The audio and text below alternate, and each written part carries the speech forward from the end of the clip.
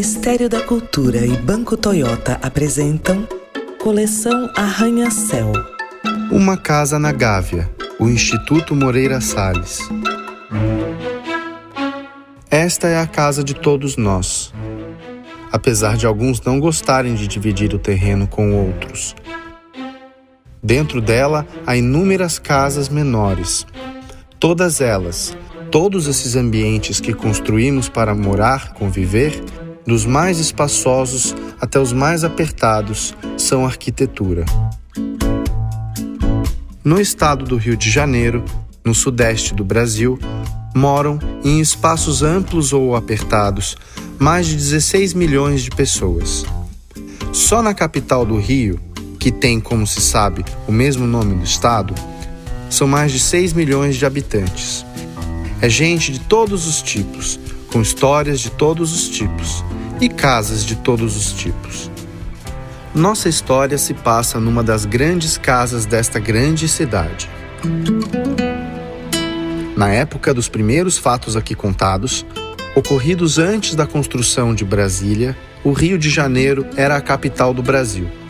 Faz muito tempo, mas o Rio, como seu mar, já era bem agitado. Entre os bairros da então capital, havia, e ainda há, o da Gávea, localizado na zona sul carioca, próximo à Floresta da Tijuca, entre o Morro Dois Irmãos e a Lagoa Rodrigo de Freitas. É na Gávea que esta casa mora. Foi em meio a essa natureza da Mata Atlântica, no local de uma antiga chácara onde despontava uma imensa jaqueira, que a casa foi erguida, quando o bairro ainda tinha mais mato do que gente. Somando suas áreas interna e externa, são cerca de 10 mil metros quadrados, maior que o campo do Maracanã. Vamos fazer aqui um passeio pelos cômodos, pelo extenso jardim e pela história desta construção e de seus personagens. E para começar, é preciso viajar no tempo. Mais de 100 anos atrás, em 1912, nascia, no interior de Minas Gerais, um menino chamado Walter Moreira Salles. Era um garoto muito esperto e curioso, que desejava conhecer o mundo todo. Enquanto isso não acontecia, ele tratava de conhecê-lo pelos livros. O menino estudou direitinho. Depois cresceu e estudou direito. Virou empresário e banqueiro, além de colecionador de todos os tipos de arte. Com sua cultura e sua boa conversa, ele acabou representando o Brasil perante o governo de outros países, sendo chamado por isso de embaixador. O tempo passou e ele nunca deixou de colecionar livros, pinturas, fotos.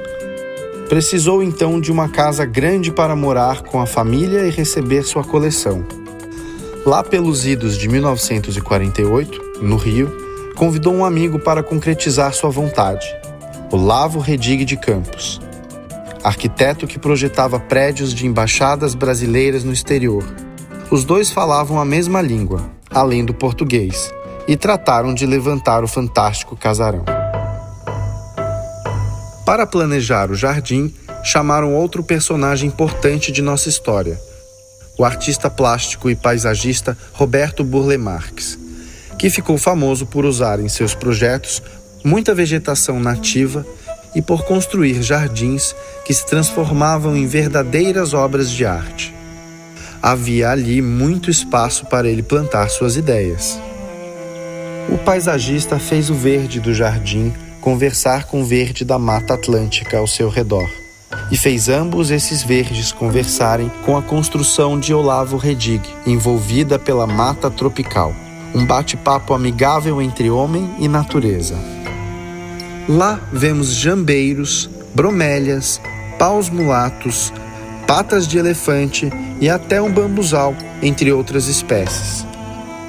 A imensa jaqueira foi mantida, e hoje ela é ainda mais imensa.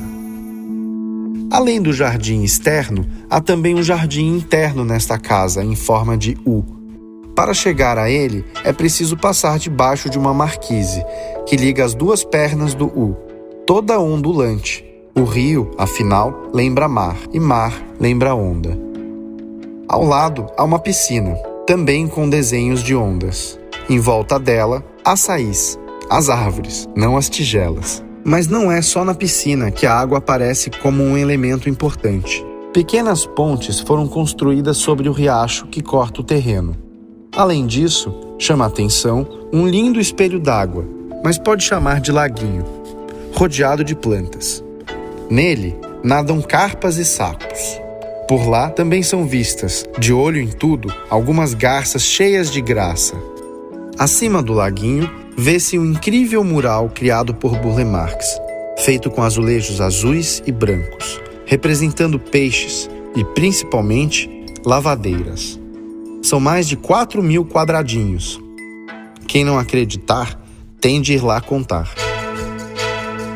Mas há muita coisa além dos jardins. Num lugar, digamos, meio dentro, meio fora da casa, há uma área sombreada, onde é gostoso de ficar e de onde se vê o verdor da parte externa. É difícil não se encantar com sua parede de cobogós enormes, formada por círculos e losangos. Cobogós são peças de construção vazadas, criadas no Recife quase 100 anos atrás, quando o dono da casa na Gávea era ainda um menino. Suas aberturas deixam entrar luz natural e ventilação, além de olhares curiosos. Na casa, no caso, os cobogós foram construídos em um tamanho bem maior que o normal. E há muito mais coisa além dos cobogozões. O piso da entrada, por exemplo, apresenta um delicado desenho geométrico, losangos vermelhos e brancos alternados, de mármore. Conforme se caminha pela casa, eles dão lugar a longas tábuas de madeira que são substituídas por tacos desenhados, que por sua vez cedem seu lugar a suaves azulejos. As paredes também mudam. Algumas são retas, outras são curvas. Algumas são de tijolo, outras são de pedra, outras ainda de vidro. Cada uma é de um jeito, assim como as janelas. Umas têm treliça em cima, outras embaixo. Umas mostram, outras escondem. Tudo na casa parece ter sido cuidadosamente pensado. Tudo feito a partir dos desejos do menino do interior de Minas. A mão dele está em vários detalhes da construção. Até mesmo literalmente, já que as maçanetas foram moldadas no formato dela. E é claro que, para quem possuía tantos livros, a biblioteca também tinha de ser especial. Com muitas janelas e uma grande porta de correr, suas paredes são preenchidas por estantes de madeira escura, repletas de livros raros e de arte. Durante as décadas em que o embaixador morou lá, a casa vivia cheia, recebendo muitos convidados, encontros, coquetéis, festas. Ele tinha incontáveis amigos e diversos conhecidos ilustres, e hospedou vários deles. Mesmo quando não havia reuniões ou celebrações, e todos iam dormir cedo, era possível ouvir o mordomo argentino, Santiago, a tocar piano de madrugada, vestindo fraque, sozinho, como num filme em preto e branco. Todas as festas, porém, têm de acabar, assim como todas as histórias. E a história da casa chegou ao fim. Um dia a família foi embora. Durante um longo tempo, a casa ficou vazia, silenciosa, sem festas nem função. Uma casa descasada. Mas tudo se transforma, menos essa frase, que não muda nunca. E depois de anos vendo a velha casa fechada, o proprietário teve a ideia de dar um novo uso para ela. Ele decidiu fazer da casa um centro cultural, e ela foi restaurada, revigorada, reaberta.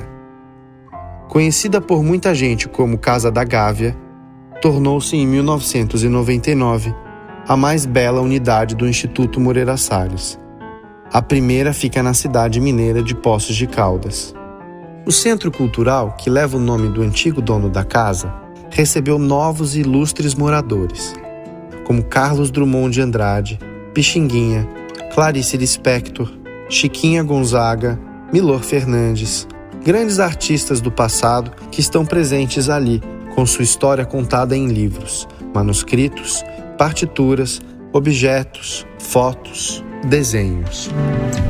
O Instituto também começou a promover eventos culturais, cursos, exposições, publicações, apresentações. E passou a ter até um cinema. Por tudo isso, esta grande casa recebe hoje milhares de visitantes por mês. Eles são seus novos convidados. E assim como fizeram os antigos, desfrutam de sua beleza e sua arte, mantendo a casa cheia e festiva. Assim, o Instituto Moreira Salles, conservando seu acervo e sua história, mantém viva a memória da própria casa que foi, e também a memória de seus autores, Olavo Redig de Campos e Roberto Burle Marx. Para que mais pessoas conheçam tudo isso, a instituição construiu recentemente uma nova sede na cidade de São Paulo. Mas essa será outra história. Esperamos que tão bela quanto esta casa na Gávea. Ministério da Cultura e Banco Toyota apresentaram Coleção Arranha-Céu, volume 2. Uma casa na Gávea, o Instituto Moreira Salles. Idealização, Baba Vaccaro e Daniel Almeida. Pesquisa, edição e direção de arte, Baba Vaccaro. Texto, Rogério Trentini. Ilustrações, Daniel Almeida. Coordenação editorial, Cris Correia. Editora C4. Música original, piano acústico e teclados, Fernando Moura. Gravada e mixada no Tudo Piano Studios, Rio de Janeiro. Com a participação de João Castilho, violão e guitarra. Locução, Lucas Moreira Salles. Edição e montagem de áudio, Marcelo Bacará. Agradecimentos: Instituto Moreira Salles, Elizabeth Pessoa, Luiz Fernando Machado, Fernando Moura, Cláudia Moreira Salles, Lucas Moreira Salles.